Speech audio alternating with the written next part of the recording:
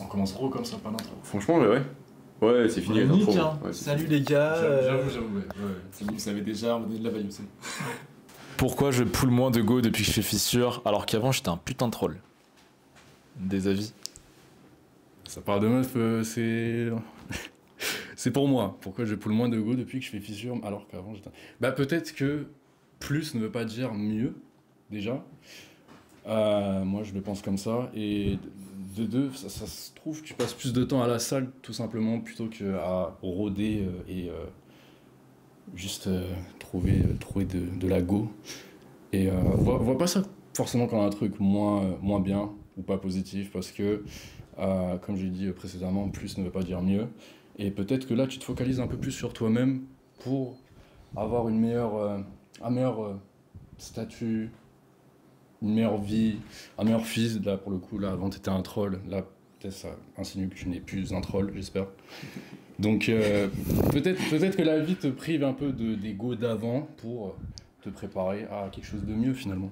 J'espère que j'ai parlé dans le micro. Ouais, j'étais pas sûr. Ouais. En fait, je fais des mouvements, faut que je choisisse en fait. C'est avec cette main que je fais des mouvements Ouais, et c'est j'ai une main que je tiens. C'est vrai qu'on peut pas les mettre là. Ouais, du coup, c'est pas forcément quelque chose de négatif, que tu poules moins de go. Je pense que ça peut être quelque chose d'aussi très bien pour toi, très bénéfique, parce que tu t'améliores et que tu mets ça moins en priorité, ce qui est pas forcément plus mal. Moi, je trouve ça intéressant, même attendu, tu vois. Mais vas-y, Antoine, avant. Ouais, non, en vrai, c'est intéressant. Et en vrai, pourquoi tu pulls moins de go depuis que tu fais fissure? En vrai, il y a plein de cas de figure possibles. Donc, t'as celui que Sex vient d'évoquer, c'est-à-dire peut-être tout simplement t'as moins de temps parce que t'es plus concentré sur toi et qu'avant tu poulais plus de go parce que dès qu'une meuf te donnait une miette d'attention, t'étais wow putain, truc de ouf, et du coup t'y allais. Là, peut-être que maintenant t'as des objectifs qui sont supérieurs justement à pull d'ego, donc ça peut être ça. Moi, sinon, une autre raison qui est un peu plus subtile, c'est que si avant t'étais un putain de troll et que maintenant tu fais fissure, mais que t'as gardé un peu tes habitudes de troll, c'est-à-dire que tu vas pop devant la fille avec ton physique 10 sur 10 si tu fais fissure là tout de suite, mais avec une attitude de troll, enfin de 2 sur 10, et finalement c'est ce que j'ai dit. Et du coup ça fait une espèce d'incongruence comme ça, et ça va générer du malaise. Et il y a un truc que tu prends pas en compte aussi, c'est quand tu fais fissure finalement, ça peut être anxiogène pour la fille en face de toi. Je sais que ça c'est un truc que j'avais remarqué, c'est-à-dire souvent tu peux interpréter des rejets, enfin tu vas interpréter certaines réactions de la fille en face de toi comme des rejets, alors que c'est juste qu'elle-même, elle a de l'anxiété de performance, c'est-à-dire elle est insécure devant toi. Tu vois un peu toi comme si t'avais, je sais pas, Margot Robbie qui commençait à venir comme ça te parler hyper à l'aise. Là tout de suite t'as de l'ego, tu vas me dire ouais moi je vais la gérer, etc. Non tu vas te chier dessus mec. Et finalement c'est ce qu'elle ressent à la fille je pense. Donc pour moi ça peut être ça les cas de figure où ouais peut-être que juste tes standards aussi sont élevés parce que maintenant t'es plus un troll donc tu veux plus pull des trolls. Donc c'est peut-être ça. Je sais pas Lucas t'as un autre avis? Ouais, même si c'est vrai que s'il en a déjà parlé, je pense que c'est de ta part, c'est gestion des priorités et redistribution de l'énergie qui est différente d'avant. Donc clairement, t'as une jauge d'énergie, et je parle pas par rapport au total calorique, même si un peu, dans tes journées. Et aujourd'hui, elle est quand même, cette jauge d'énergie, elle est quand même vachement drainée par ta musculation, ta réflexion autour de la musculation, ta cuisson de tes aliments, ton pesage de tes aliments, ton système, ta digestion, comment tu te sens. Tu as pu remarquer que maintenant que tu fais de la musculation, tu te sens plus fatigué et par moments tu te sens plus moche que si tu faisais pas du tout attention à ton image et pas du tout attention à ta musculation. Donc il va y avoir plus de réflexion autour de ce que tu renvoies. Moins d'énergie disponible pour éventuellement te projeter à des interactions sociales, réfléchir par exemple aux meufs. Et comme il disait aussi, je pense que tes standards aussi ont vachement bougé.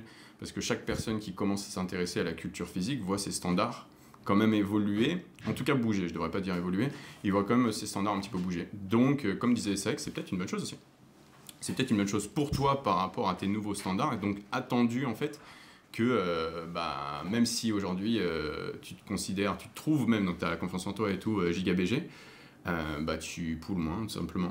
Moi ça ne m'étonne pas du tout, je pense que c'est même vous savez quoi, le chemin traditionnel des gens qui commencent à s'intéresser à la culture physique, je pense.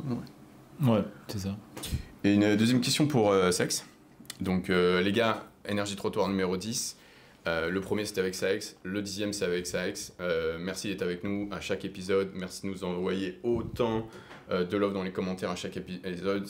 Sachez que réellement, je le redis et je le dirai à chaque fois, On sait à quel point c'est pas gratuit d'avoir une telle section commentaires si bonne, tout simplement, j'ai envie de dire, si je dois la résumer. Donc clairement, vous nous régalez, merci pour ça. Et aujourd'hui, je suis extrêmement content qu'on puisse continuer cette aventure de Q&A podcast avec Saex pour ce 10e épisode. Saex qui a ouvert, et Saex qui fait le numéro 10, c'était pas prévu comme ça, mais ça l'est, donc du coup... j'ai envie de dire c'est le destin et c'est pas pour rien, donc je sens que cet épisode va être fantastique. Et si vous appréciez le fait que Saex est là aujourd'hui sur ce numéro 10, je vous encourage à nous le faire savoir parce que ça nous fait super plaisir. Le plaisir, les gars. La question pour Saex, même si c'est sur une toute autre note, c'est concernant ton anxiété par rapport au fait d'être ton propre sponsor maintenant en 2025. Comment tu vois les choses? Donc un peu plus business là. Là, c'est plus business, c'est plus comment la structure derrière, parce que y a un financement derrière la création de contenu. C'est pas, j'apparais pas juste dans votre écran comme ça. Pardon, excusez-moi, je suis désolé. J'apparais pas juste devant votre écran comme ça c'est pas une apparition. Il y a un investissement derrière et qui est financé par une structure qui était anciennement mon sponsor, chez lequel je ne suis plus. Du coup, tout ce qui me finance maintenant, c'est ce que je propose moi. Et la question, c'était quoi mon anxiété envers ça? Ouais, attends, je vais te la dire exactement parce que je la retrouve. Pour Saex, ça fait quoi d'être son propre sponsor, pardon? Pas de crainte que ça ne fonctionne pas. Donc, est-ce que tu as de l'anxiété qui se développe autour de ça? En vrai, il y a toujours quelques doutes. Je sais pas si c'est vraiment de l'anxiété. Ok. Je sais pas si c'est vraiment de l'anxiété. C'est juste quelques doutes en mode, oh, ok, est-ce que je devrais faire ça comme ça? Mais c'est plus en interne du truc même. C'est pas une question de si ça va marcher ou pas. Moi, je suis 100% sûr que ça va marcher. Si j'ai tort, c'est comme ça, quoi. Je vais finir sous un pont et puis voilà, c'est la vie. Il y a des choses qui peuvent arriver, tout peut arriver. Maintenant, est-ce que je vais me brider ou est-ce que je vais me mettre mal à cause de ça, à cause de ce qui peut mal se passer? Non, je vais le prendre en considération. J'envisage si... worst case scénario, genre, ok... Et non, moi c'est surtout, je le fais parce que, en fait, je kiffe ça. Alors j'aime bien me mettre des challenges, j'aime bien l'aspect de que tout ce que je propose, que tout ce que je vends et tout ce que je finance vient de moi et pas de quelque chose d'autre qui me correspond pas à 100%. Là, j'ai vraiment la chance, et ça s'est avéré même pendant que j'étais sous sponsor, j'ai la chance de pouvoir vivre de ce que je propose moi et de ce que je produis moi, de ma manière, à ma manière. Et je pense que c'est un énorme aspect de ce qui m'a aidé sur les réseaux, c'est que j'ai toujours fait ce que moi j'ai voulu faire, comme j'ai voulu toujours faire. Du coup, ça a marché, j'ai beaucoup de chance, j'ai vraiment énormément de chance là-dessus. Et juste, je continue vers cette lancée. Pour moi, c'est juste la prochaine phase évidente pour moi. Du coup, ouais.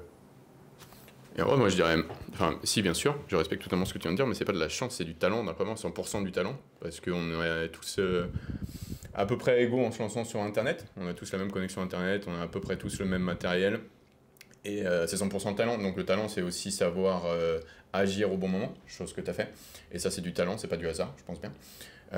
Et aussi ce que tu as créé avec ta communauté, ça pareil. Je pense pas que ce soit de la chance. Je pense que ce soit 100% du talent. Et concernant du coup, je donne mon input par rapport à la question à Saex. Saex, c'est pas comme s'il arrivait jour 1 là et qu'il lançait son produit, tu vois. Typiquement, tu as un entrepreneur, il sort d'école, il a envie de lancer une marque de vêtements, mais il a rien construit pour l'instant, il n'a pas construit son empire. Là, lui, il va avoir beaucoup d'anxiété parce qu'il a beaucoup de taf devant lui. Il n'a même pas de communauté, bref, il n'a rien construit, comme je l'ai dit, donc il va juste s'affilier à des profils sans vraiment les connaître, sans vraiment connaître leur influence éventuellement. Et ça, je me rends compte que ça peut être vachement anxiogène et que c'est un 50-50 à mon avis, alors que Saex, clairement, vu la team qu'il a développée au fur et à mesure des années, vu l'entourage qu'il a, que ce soit des créateurs ou des amis, de ce que je vois en tout cas, moi, de mon point de vue de consommateur de contenu de Saex, oui, je comprends qu'on peut avoir de l'anxiété, mais si je suis serein concernant le business de quelqu'un, c'est bien celui de Saex. Donc, ouais, non, pour moi, c'est un tout droit et c'était l'année parfaite, la suite logique et même attendue de tout le public que Saex lance la suite, quoi. Donc, ouais, c'était une. Et on a une autre question là. Viens, je te la pose, Antoine. Vas-y. Déjà, on a 3 questions et je trouve qu'elles sont toutes fantastiques. Donc merci pour vos questions. Comme d'habitude, vous êtes énormément à avoir répondu. Je m'y attendais avec la photo avec Saex. Vraiment, on a énormément de questions en, je sais pas, 15 heures à peine depuis la publication des stories. Donc merci comme d'habitude de votre réaction à ces stories et d'avoir pris le temps de poser vos questions. On va faire en sorte que vous passiez tous un bon moment aujourd'hui. Que vaut, donc une question d'Anto, que vaut la notion de mérite en musculation?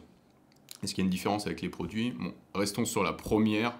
Effectivement, on ne peut pas enlever le dopage dans le milieu du bodybuilding, c'est trop présent. Mais restons sur la première partie de la question que je trouve universelle et intéressante.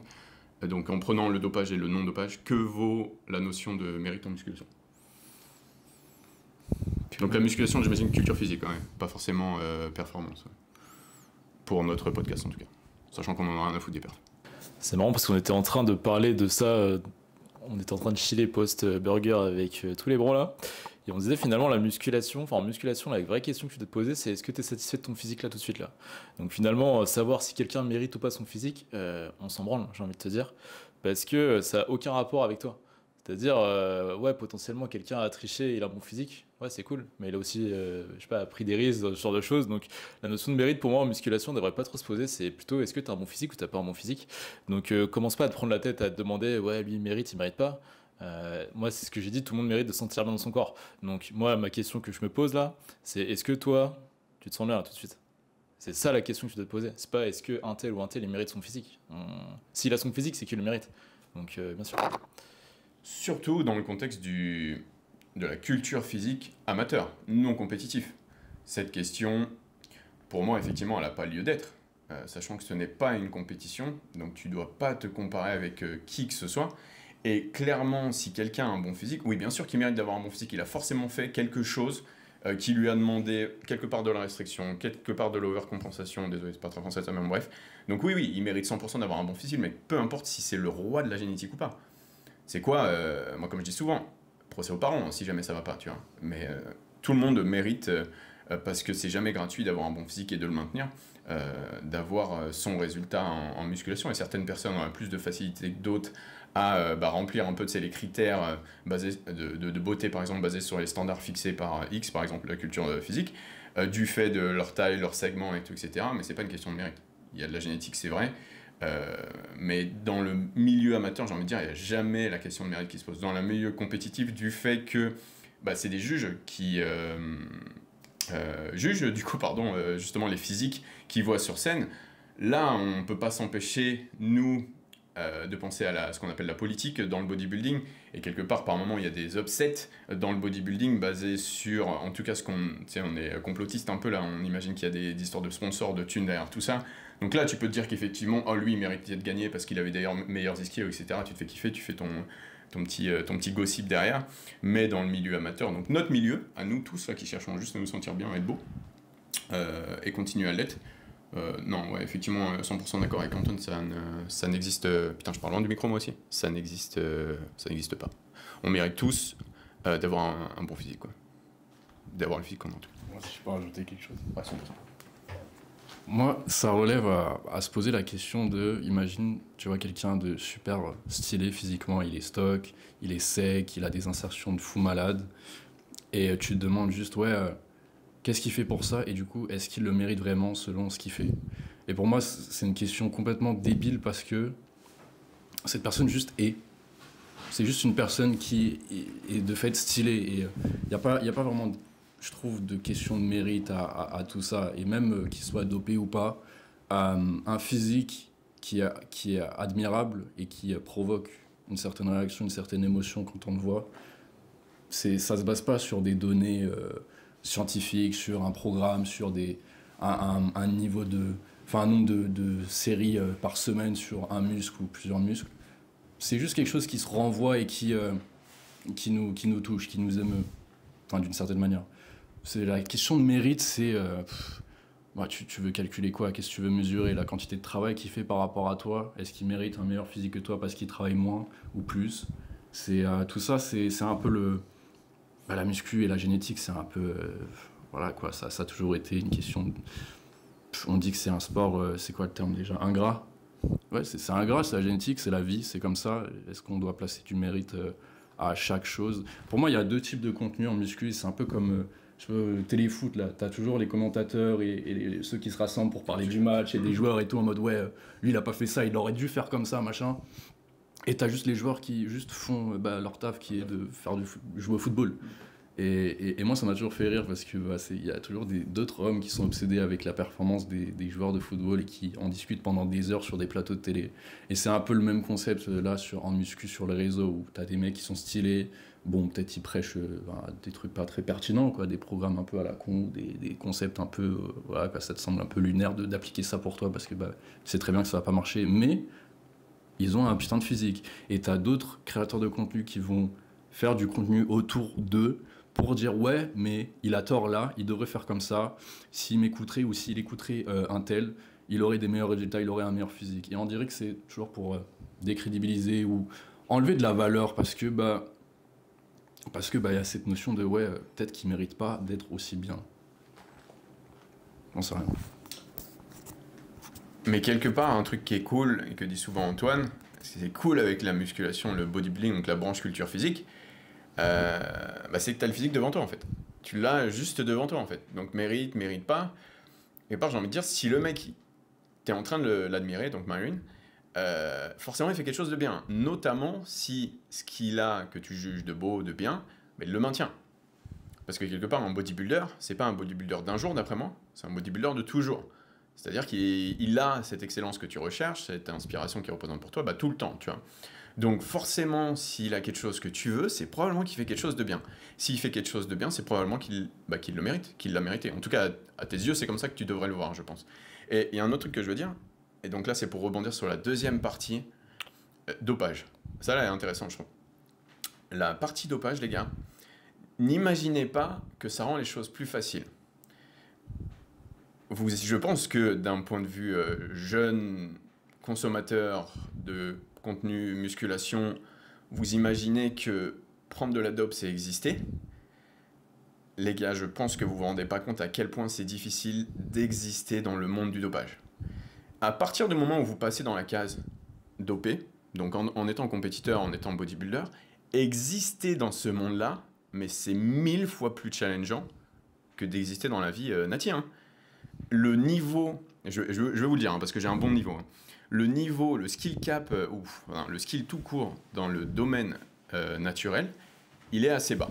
C'est pas pour rien que chaque personne qui est plutôt bon naturel, elle décide de, par exemple, aller concourir chez les dopés, parce que, je devrais pas dire les dopés, chez les personnes qui utilisent des produits anabolisants, parce que le niveau du côté naturel est quand même assez bas.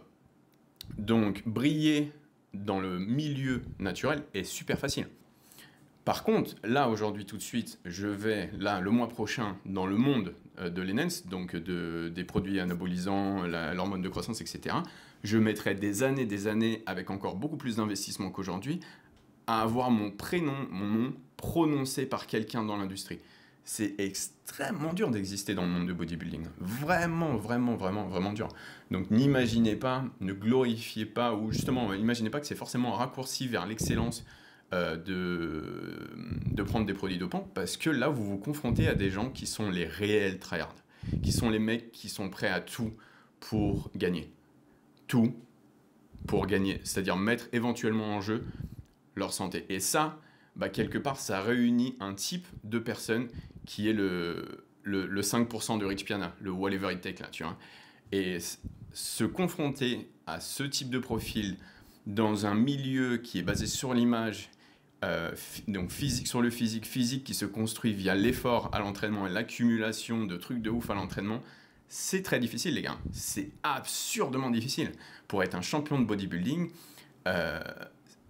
quelque part, il faut l'avoir en soi. J'ai envie de dire, ou alors bien le développer, c'est sûr, mais c'est définitivement pas inné, et c'est pas une question de génétique, j'ai envie de dire, une question de génétique. Il y a un full package à avoir pour être un champion, et clairement, j'ai envie de dire, la folie en fait 100% partie. Donc non, c'est pas, je pense pas que c'est pas que je pense, c'est que j'en suis sûr. Hein, j'ai étudié ça et j'en ai fait j'ai été commentateur du bodybuilding international en France pendant des années. C'est beaucoup plus dur d'exister du côté de la dope que d'exister du côté natif pour sûr. Si tu rajoutes un truc. Tu sais quoi, en entendant Lucas parler, je repensais du coup à l'intention derrière la question finalement. Est-ce qu'il y a du mérite ou quoi? Et je pense que Alexis, là, t'es en train de te brider sans t'en rendre compte parce qu'en fait, t'es en train de te créer des croyances limitantes tout seul. C'est-à-dire, au lieu de voir juste un profil avec un physique stylé, donc même, tu sais quoi, sans te demander s'il est nati, pas nati, prends juste finalement la value que tu peux tirer de ça. Tu te dis, ah ouais, ce genre de physique, ça existe, tu vois. Tire de l'inspiration. Et je sais plus dans quelle toxicité on en avait parlé, mais finalement, dans toutes nos inspi, bah, c'est un peu un mix de nati et NNs ou quoi. Mais même chez les NNs, t'as des choses à prendre. Donc, par exemple, il y avait John Mido sur des mecs. Mais tu vois, je me suis jamais posé la question, est-ce qu'il le mérite pas? Je me disais, putain, son physique, il est trop stylé. Ah ouais, c'est possible. Toi, ça te donne la vision, c'est cool. Maintenant, il y a un système qui existe justement pour avoir tout plein potentiel physique. Bah, en fait, c'est ça que tu devrais retenir. Tu te dis, ok, il y a des mecs qui arrivent à tryhard jusqu'à arriver à ce niveau-là. Moi, je vais voir, justement, en maxant justement, tout ce que je peux faire, à quoi je peux ressembler. Et finalement, c'est ça l'unique réflexion que tu devrais avoir. Et pas te demander si un tel ou un tel mérite pas. Imaginons même que ça existe du mérite. Qu'est-ce qu'on s'en fout? Ça change rien à ta vie, en fait. Voilà. Ce qui est magique avec la musculation, c'est que tu l'as devant toi. Et en plus, tu l'as devant toi. Donc, et oui, comme a dit Lucas, bah oui, s'il a son physique, bien sûr qu'il le mérite. C'est parce qu'il a fait les actions, même s'il a une génétique de ouf, ça veut pas dire qu'il mérite pas son physique. Même si c'est un peu notre anti-vision du bodybuilding, avoir un physique un jour et être un nuage tout le reste du temps, bah son physique un jour il l'a mérité. Ouais. Moi je me place sur cet axe-là. Totalement. Est-ce que tu trouves un truc de ouf? Je trouve bien, ouais. Mais bon, des fois je vais apparaître en train de sourire et tout parce que mais c'est fantastique. je lis des trucs des Je vais faire fois. un gros zoom là. Je lis des trucs des fois. Mais là j'ai un truc qui est passable en vrai et qui va ajouter un peu de piment quand même. Ça s'adresse à toi, j'ai vu. Mon ancien gym bro est gras, mais plus fort, donc se moque de lui. Une réponse toxique, s'il te plaît, j'ai baisé. C'est une super question, ça. Donc le mec, il est giga gras et en plus il se fout de ta gueule, alors que tu fais fissure. Ok. Bah c'est simple, gros. Tu te dis, vas-y, t'es chaud, on pose devant le miroir, là, d'honneur, là. Tu te mets torse nu à côté de lui. Il va regarder les rushs, il va dire, ouais, s'il te plaît, pose pas ça en story, je vais perdre toutes mes meufs là. Et vraiment, là, je te dis ça en rigolant, mais c'est vraiment ce qui va se passer. Parce que peu importe ton PDC là, il a beau faire, c'est quoi, 150 kilos, je sais pas, il soulève 400 kilos au deadlift série de 25. Si t'es plus unique que lui, il va être dans sa tête. Il va être giga dans sa tête. C'est-à-dire que là, si tu me dis qu'il est giga gras, et que toi tu fais fissure, ouais, non, c'est. Honnêtement, t'as même pas besoin de parler là. Juste dis-lui, tu sais, tu fais ça en bienveillance. Tu dis, ouais, t'es chaud pour une photo, je te kiffe, mec. Et tu lui montres, tu lui dis, ouais, je peux poster ça, c'est bon. Et là, tu vas voir, il va être dans sa tête, tu vas te demander comment tu fais. Finalement, t'as même pas besoin d'être si toxique que ça. Parce que, comme on vient de dire, ton physique, ça se voit là. Donc en fait, toi, t'as pas besoin de parler. Et finalement, tu vois, s'il est toxique avec toi, je te dirais c'est bon signe. C'est parce que, tu vois, lui, il est. De ce que je capte, hein, avec l'intonation de la question, c'est qu'il est full ego. Il est ouais, mais je suis giga gras, Théma, combien je bench et tout. Mais tu ressembles à rien. Toi, en l'occurrence, t'as l'air d'être giga BG là, de ce que tu dis. Donc en fait, c'est pour ça qu'il a la rage. Donc en vrai, c'est quoi? Sois pas toxique et de la compassion. Tu dis, ok, bon, c'est bon, il a ce niveau-là d'information. J'avoue, je fais fissure. Mais voilà. En vrai, c'est attristant un petit peu. C'est légèrement attristant. Et oui, on sait. Et c'est pour ça qu'on ne peut pas vraiment être toxique. Parce que cette personne, elle est. Ouais, effectivement, elle n'a pas la même vision que toi pour rester assez clair. Elle est, comme on dit sur Internet, full copium. Elle est en train d'inhaler du cope. Et quelque part, il est insécure de ouf en flexant, par exemple, de la performance ou son tour de bras. À côté de toi, qui est peut-être sous-système, donc qui a compris que la vie est trop courte pour ne pas être shredded. Et ouais, je ne pense pas qu'il faut être toxique avec, même si c'est ton bro et tu as envie de le tacler et d'entendre GBZ le tacler, je pense qu'au contraire il faut l'aider, le guider, surtout si c'est ton pote, et lui faire comprendre toujours et encore de par tes résultats, je pense, et pourquoi pas, tu sais quoi, provoquer le changement. Sachant que ce qu'il dit Antoine, c'est 100% vrai, hein. Venez, je vous donne une anecdote, j'ai déjà partagé mais je la repartage. Je suis généralement, bon là il y a Saex, mais généralement le plus musclé de la bande, toujours. Le plus massif, je l'ai été aussi. Le jour où je suis rentré en France, j'ai capté mes deux gym bros, Ersoviac et Antoine GBZ.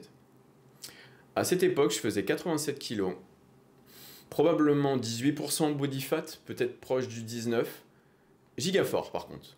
Effectivement, hein, j'étais bien gras. J'étais peut-être plus vers les 91 d'ailleurs, parce que je pense pas que je me pesais à cette époque. J'étais fort, je liftais, j'étais bien dans mon gras. Je prenais des vidéos de temps en temps, et j'avoue que ça faisait mal à la gueule, mais je continuais à faire ma musculation. Je suis arrivé en salle. Écoute-moi bien. On a mis la caméra comme elle l'est là devant nous. Je l'ai mis en reverse screen comme ça. On a posé. J'avais honte. Non mais vraiment, j'avais honte pour moi et pour eux. Je me disais, je viens de défoncer ce photoshoot.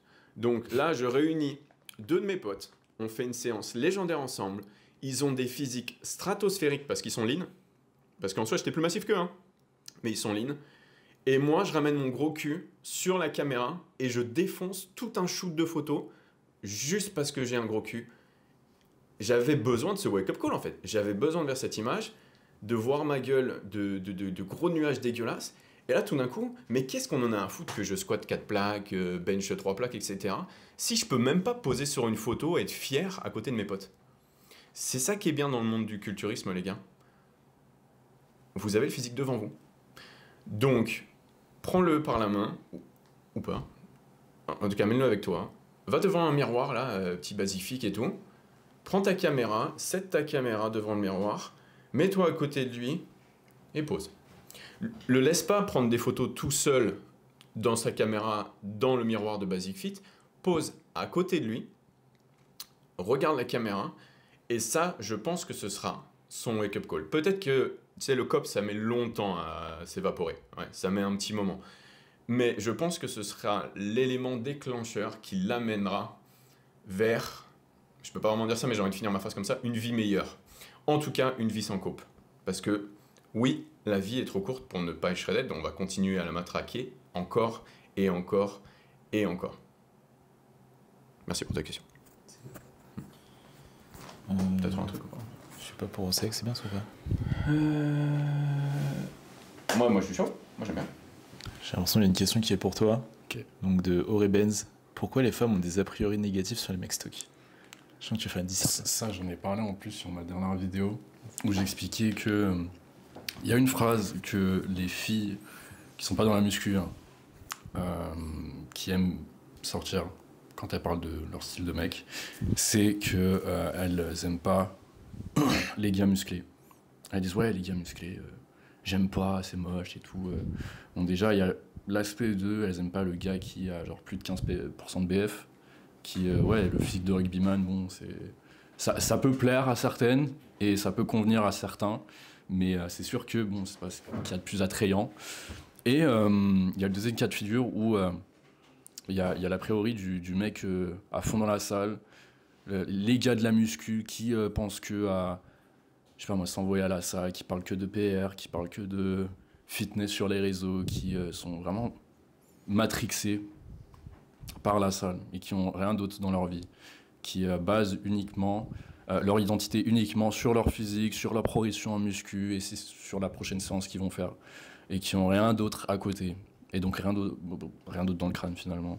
Et je pense que c'est vraiment cette vision d'homme que les femmes trouvent repoussante. C'est vraiment, elles se disent putain mais je vais traîner avec lui mais on va faire quoi? Est-ce qu'il va m'emmener genre dans un resto cool? Est-ce qu'il va être flexible avec sa diète? Est-ce qu'il va parler d'autre chose que son physique ou me demander s'il a perdu ou pas? Alors est-ce qu'il va se regarder dans le miroir quand on va être en train de le faire genre comme American Psycho? C'est en fait de ça qui la repousse. Et moi j'ai toujours remarqué un truc, c'est que plus un gars est loin de toute cette mentalité fit game, muscu, matrixé et stock, plus il est stylé, plus son côté stock le rend stylé. Parce que Antoine, par exemple, j'avais rencontré Antoine, ça fait maintenant, je sais pas, 3 ans, presque. Ouais, comme ça. On s'était capté, et la première fois que j'ai traîné avec Antoine dans Paris, on parlait de tout, mais sauf de muscu. Et même, moi, je voyais sa vie, son train de vie, bon, il avait sa petite routine, il était déjà sous sorte de système fluide à l'époque, système fluide bêta 2.1. Mais en vrai, je voyais Antoine et je me dis, mais il est rien comme les autres influenceurs ou même autres adhérents de la muscu que j'avais rencontrés auparavant. C'est le gars, il me parle zéro de muscu, il s'en bat les couilles de qui est dopé ou pas, il me parle pas du physique d'un tel, il me parle pas de programme, il me parle pas de ouais, putain, je me trouve pas assez ou trop. Non, juste, il est stock, il est sec et il fait sa vie en mode bah, il continue ses bails, il va en soirée tech, il a d'autres trucs. Enfin, c'est ça en fait qui est attrayant chez quelqu'un qui est stock finalement. C'est le fait qu'il soit stock, mais tout en étant normal. C'est ça qui le rend un peu hors du commun et admirable. Mais ouais, tu vois, pour comparer, pour revenir au cas de figure initial, le gars qui est stock, mais vas-y, il a que. Enfin, limite, il a une altère à la place du cerveau, ça, c'est pas attrayant du tout. Et je pense que c'est de ça dont les femmes parlent. C'est vraiment les gars de la muscu et les gars musclés. Il y a une énorme différence entre les deux. Donc, ouais. Ouais, ça, en vrai, c'est intéressant comme question parce que déjà, je pense que c'est pas que les filles aiment pas les mecs stock, parce que si tu regardes tous les films américains avec toujours une figure masculine où toutes les filles justement sont à fond sur lui, chaque fois c'est un mec qui est musclé et lean. Donc finalement, moi, c'est ça que j'avais déduit, c'est pas qu'ils aiment pas les mecs stock, en fait, c'est qu'ils aiment pas les mecs trop gras, tout simplement. Donc, mais par contre, si t'arrives avec un physique lean, bon, j'ai déjà parlé de la vie trop courte pour les shreds dans le podcast, ça c'est ok. Et après, comme vient de dire Saex, c'est finalement pas le fait d'être stock le problème, parce que c'est cool, hein, tu vois, si t'es stock, t'es lean, t'es une bonne hygiène de vie, non, c'est trop nice. C'est plus le fait que tu reposes toute ton identité là-dessus, euh, qui fait que ça devient repoussant. Pourquoi? Parce que, bah ouais, voilà, tu vois, comme il a dit, c'est que tu vas lui parler de flocons d'avoine, de brocoli, tu t'aurais que ça qui va sortir de ta bouche, et ça va faire que, ouais, tu vas avoir une seule dimension. Et finalement, c'est comme je dis souvent, c'est plus t'es complexe, bah, plus tu vas être intriguant et plus on aura envie de s'intéresser à toi en fait finalement. Donc ça c'est Lucia, elle avait mis cette frame il y a très longtemps, mais de voir la muscu aussi comme un accessoire beauté. Tu vois, comme les filles elles mettent du maquillage, bah là en fait ta muscu c'est un peu ta skincare, sauf que voilà c'est une skincare 3.0, mais voilà c'est quelque chose qui est censé venir bénéficier à ta vie et pas forcément devenir l'exclusivité de ton identité et de toute ta vie. Donc tu vois, ouais, tiens, ok, tu veux rajouter un truc? Ah ok, t'as bougé. Mais ouais, tu vois, parce que là, et après, je peux comprendre aussi que c'est très facile de rentrer justement dans l'extrême en musculation. Et je pense qu'on passe tous un peu par là. Donc, tu vois, si t'es dans le cas de figure où t'es encore hyper matrixé, c'est totalement toute ton identité. C'est quoi, je te juge pas, parce que pendant un moment, j'étais comme ça aussi. C'est juste que tu te rends compte que finalement, bah, en fait, ça a que des désavantages à faire ça, parce que c'est pas en étant plus obsédé par la musculation que tu vas plus progresser finalement. Et limite, moi, ce que j'avais remarqué, c'est que à force d'être obsédé par la musculation, comme je dis souvent, les informations que tu consommes, c'est des calories mentales. Et quand tu es obsédé par la musculation, tu as beau avoir quelque chose qui fonctionne, et finalement, tu n'arrives pas à accepter que tu as juste à faire ce qui fonctionne pendant le plus d'années possible. Et que tu n'as pas besoin forcément d'autres infos supplémentaires ou quoi que ce soit. Mais, tu vois, si tu es toujours matrixé, tu vas toujours vouloir aller chercher des infos à droite, à gauche, et finalement, ça va toujours te mettre dans le brouillard mental, ce qui fait que tu vas jamais réussir à adhérer à un plan qui fonctionnait déjà. Et ça peut même te décourager finalement d'être comme ça. Et c'est pour ça qu'à un moment, je m'étais rendu compte que une des périodes finalement où je progressais le plus en musculation, c'est quand la muscu c'était plus ouais, un objectif secondaire. C'est comme il avait dit Paul dans le dernier podcast, c'est plus un coussin de vie. C'est-à-dire, tu fais tes quêtes journalières, tu les as tapées, mais après, tu n'y penses plus. Tu vois, finalement, là j'ai une moyenne de steps à 25 000 pas par jour, mais c'est pas je me lève le matin en me disant ouais, il faut absolument que je fasse 25 000. C'est juste que là, il s'avère que je fais 25 000 pas parce qu'il fait giga beau à Paris, il y a plein de spots dans lesquels on se balade, etc. Et finalement, ça arrive à 25. Et c'est comme on dit, c'est pas une. Enfin, moi je vois pas ça comme une obligation. Finalement, ouais, ça devient naturel finalement avec les habitudes que tu te crées, ce genre de choses. Si je peux rajouter aussi, il y a un truc que je voulais enfin, ouais, ajouter du coup. Il y a un truc chez les gars qui veulent vraiment se mettre une déterre à devenir stock, à devenir, je sais pas moi, le plus sec possible ou vraiment le plus big possible parce qu'ils sont skinny. C'est qu'ils vont tout miser dans les trucs qu'ils doivent faire pour arriver à cet objectif, qu'ils vont délaisser tous les autres aspects de leur vie, c'est-à-dire leur hygiène en général, leur gueule, leur style vestimentaire, leur culture. Parce que, enfin, si tu mets vraiment tous tes points, comme tu dis, tu t'obsèdes avec la muscu et vraiment, tu penses que ça va être le meilleur moyen d'atteindre tes objectifs, tu laisses rien d'autre pour les autres aspects importants qui font ton individualité, ta personne. Et du coup, tu n'auras rien d'autre. Et, enfin, c'est cool d'être stock et de remplir du 3XL maintenant. Enfin, si tu t'habilles comme un putain de... Je sais pas, ouais, t'es en jog H24, t'es en t-shirt qui te va mal, enfin, c'est pas ouf, quoi. Tu fais pas de skincare, tu prends pas soin de toi, tu te cultives pas. De quoi tu vas parler avec une meuf? Alors, elle va se barrer, elle s'en bat les couilles que tu sois big. Ce qui est intéressant quand je vous écoute, c'est que ça a très peu à voir avec le physique au final. Donc effectivement, le physique, ça va indiquer ça, mais en soi, ça a très peu à voir avec le physique, et c'est un truc qu'on entend assez fréquemment de la part des femmes d'ailleurs, c'est que c'est pas réellement en rapport avec le physique, même si quelque part, bah, si bien sûr c'est le premier contact, on va dire, mais c'est plus les traits de personnalité des personnes qui pratiquent la musculation qui sont, au premier abord en tout cas, repoussants pour les femmes et qui vous brident aujourd'hui dans la connexion avec des potentiels mates. Et tu vois, ça me fait penser au dernier podcast où on en parlait, que par exemple en fonction de la ville ou de l'endroit dans lequel tu grandis et vis, ce rapport peut être peut-être un petit peu différent. Donc, quelque part, nous on prenait l'exemple, et moi je ne parle que de Paris parce que, mis à part d'autres villes à l'étranger, j'ai vécu principalement à Paris. On disait qu'à Paris, c'était pas un avantage certain quand tu vas dehors, notamment dans certains quartiers de Paris, de montrer à tout le monde que tu es absurdement musclé, par exemple, tu vois. Donc, dans la société, c'est pas un avantage. Donc, quelque part, moi, c'est quelque chose que, pour diverses raisons, c'était pas ça ma première idée, en mettant toujours du large et en m'habillant toujours de façon à ce qu'on ne relève pas forcément le fait que j'ai une grosse épaule ou un gros bras. Mais quelque part, je suis sûr que inconsciemment, c'est lié. Et j'en avais parlé dans le dernier podcast, l'énergie trottoir numéro 9, si jamais vous vous demandez. J'avais dit que plus je devenais musclé, moins j'avais envie d'être confronté justement au fait que les gens relèvent le fait que je sois musclé. Donc du coup, je mettais principalement, tu vois, des t-shirts qui descendent jusqu'à, je sais pas si vous le voyez, mais qui descendent jusqu'à mon avant-bras pour qu'on voit pas mes biceps, mes triceps, etc. Parce que c'est beaucoup plus confortable ainsi pour moi. Mais j'ai jugé que c'était beaucoup plus confortable en réaction au fait que les gens réagissaient au fait que j'étais gigantesque, en gros, tu vois, c'était un peu ça. Donc peut-être que dans d'autres spots en France, par exemple, ça va être différent. Dans le sud de la France, par exemple, ça peut éventuellement être différent. Je sais pas, Nice, il fait plus chaud aussi, donc j'imagine. On a plus peut-être tendance à montrer son physique, et quelque part, ça peut être bénéfique pour toi, genre un signe de reconnaissance sociale, de montrer que t'es in shape.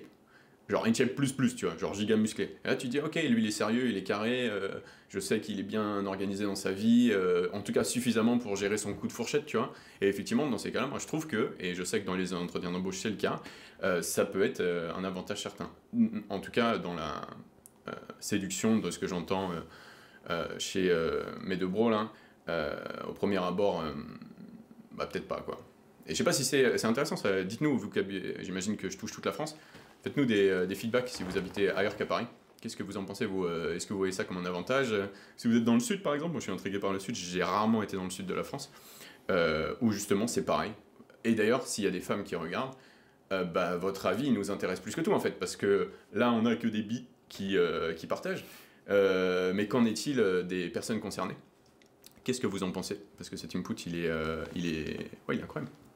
Bordeaux, elles aiment bien les mecs musclés. C'est ton balle, j'aime pas les meufs de Bordeaux.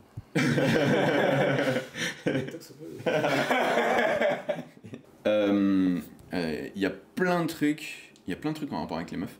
Donc c'est vrai que si tu stimules... Alors, c'est quoi un truc que là je remarquais et j'ai réfléchissais pendant qu'ils étaient en train de parler, si jamais, tu vois, la direction que peut prendre de temps en temps les énergies de trottoir vous perturbe, voire vous agace du fait que on parle énormément de relations, hommes-femmes, mais dites-vous que ce sont vos questions.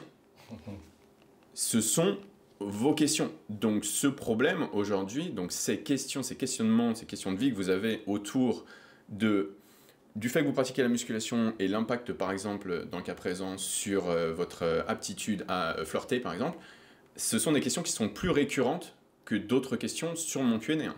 Énergie trottoir, c'est vous, c'est pas nous qui décidons de ces sujets. Oui, on choisit les questions, mais je peux vous dire qu'une bonne partie des questions, notamment aujourd'hui, sont en rapport avec ce sujet. Donc, ne râlez pas du fait... Bon, j'ai pas dit que vous avez râlé, mais j'ai une large audience, on va dire. Dites-vous que ça représente aujourd'hui le cerveau des pratiquants de musculation. Ils sont vachement intéressés, et c'est cool, par autre chose que le nombre de séries, plus que comment gérer... Tu vois, c'est ce que j'avais dit. Comment gérer ce super pouvoir? Parce que ouais, maintenant tu sais plein de trucs, t'as un super physique et tout, mais comment tu gères ce super pouvoir? Tu sais pas encore l'utiliser, ce que je comprends. Et nous aujourd'hui, du fait que on est déjà Super Saiyajin 4, 5, 6 là, on peut vous partager une vision, un retour d'XP sur comment utiliser ce super pouvoir. C'est peut-être ça même, énergie trottoir quelque part. Ça me plaît cette analogie. Super Saiyan. J'avoue, il y a beaucoup de questions sur les fins. Surtout, il y en avait une, c'était GBZ, comment on fait pour pull des gothiques. Entre parenthèses, Aizen, on sait le Brésil. Les gars, arrêtez avec les gothiques. Toutes les gothiques que j'ai rencontrées, elles m'ont dit ouais, j'en ai trop marre des go muscu qui bandent sur les gothiques, genre qui ont ce fétiche gothique d'un coup. Alors c'est vraiment les go muscu qui ont ce fétiche là. Ouais. Et à chaque fois, ouais. C'est pas à cause de moi, c'est pas à cause de moi. Je pense que ça a commencé par les e-girls. Les e-girls, ouais. Sur les gothiques. Mais après gothique c'est large, hein, parce que t'as emo, t'as gothique, t'as grunge, maintenant tout est dilué dans un même type et ils appellent ça gothique, Ouais. tu vois. C'est ça qui les perturbe, qui les frustre. Ouais, les gothiques entre guillemets, comme vous les appelez, elles en ont marre de vous les gars, c'est... Attendez, en fait je trouvais des questions mais c'était intéressant parce que j'avais pas envie de cutter.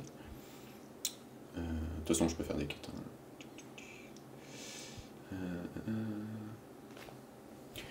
J'ai une question en vif là, attends je la fais celle-là et je te donne le truc. Comme dit Antoine, je passe du coq à l'âne. Vous parlez tout le temps de sèche, mais pouvez-vous donner plus de tips sur gagner de la masse? Les gars, déjà c'est faux, je perds pas tout le temps de sèche, je parle souvent de métabolisme et de faire en sorte qu'il tourne bien pour que vous ayez une belle vie. Par contre, je pense que du fait que j'ai passé les 6 derniers mois en prise de masse, j'ai plus parlé de prise de masse que de sèche. À nouveau, si tu fais référence aux des énergies trop tard, ce sont vos questions, donc je réponds à vos questions. Mais tu peux regarder mes contenus récents, même ma vidéo extrêmement populaire sur pourquoi je marche ma pas par jour, c'est dans le contexte d'une prise de masse. C'est pas dans le contexte d'une sèche, tu vois. Donc quelque part, non, c'est pas vrai. Et aussi, je dois le dire, même si ça... non, quelque part, ça fait partie du jeu. À chaque fois que je fais une vidéo qui est basée sur la prise de masse, mais c'est un putain de flop, en fait. Tu regardes là, je regardais mon analytique hier là, pour le partager. Ouais, j'ai une vidéo, elle tank mes stats, en fait. Et ça ressemble à rien. Je dois partager des analytiques de fou, histoire de gagner ma vie. Et là, je tombe sur une bouse au milieu, juste parce que je parle de gras. Ouais, c'est pas ouf ça non plus. Donc quelque part, ne détestez pas le joueur, déteste le jeu. Le jeu, il est intéressé par la sèche, donc laissez-moi tranquille en fait. Mais du coup, c'est faux. Je partage quand même beaucoup de contenu sur la prise de masse. C'est juste que la prise de masse, c'est pas...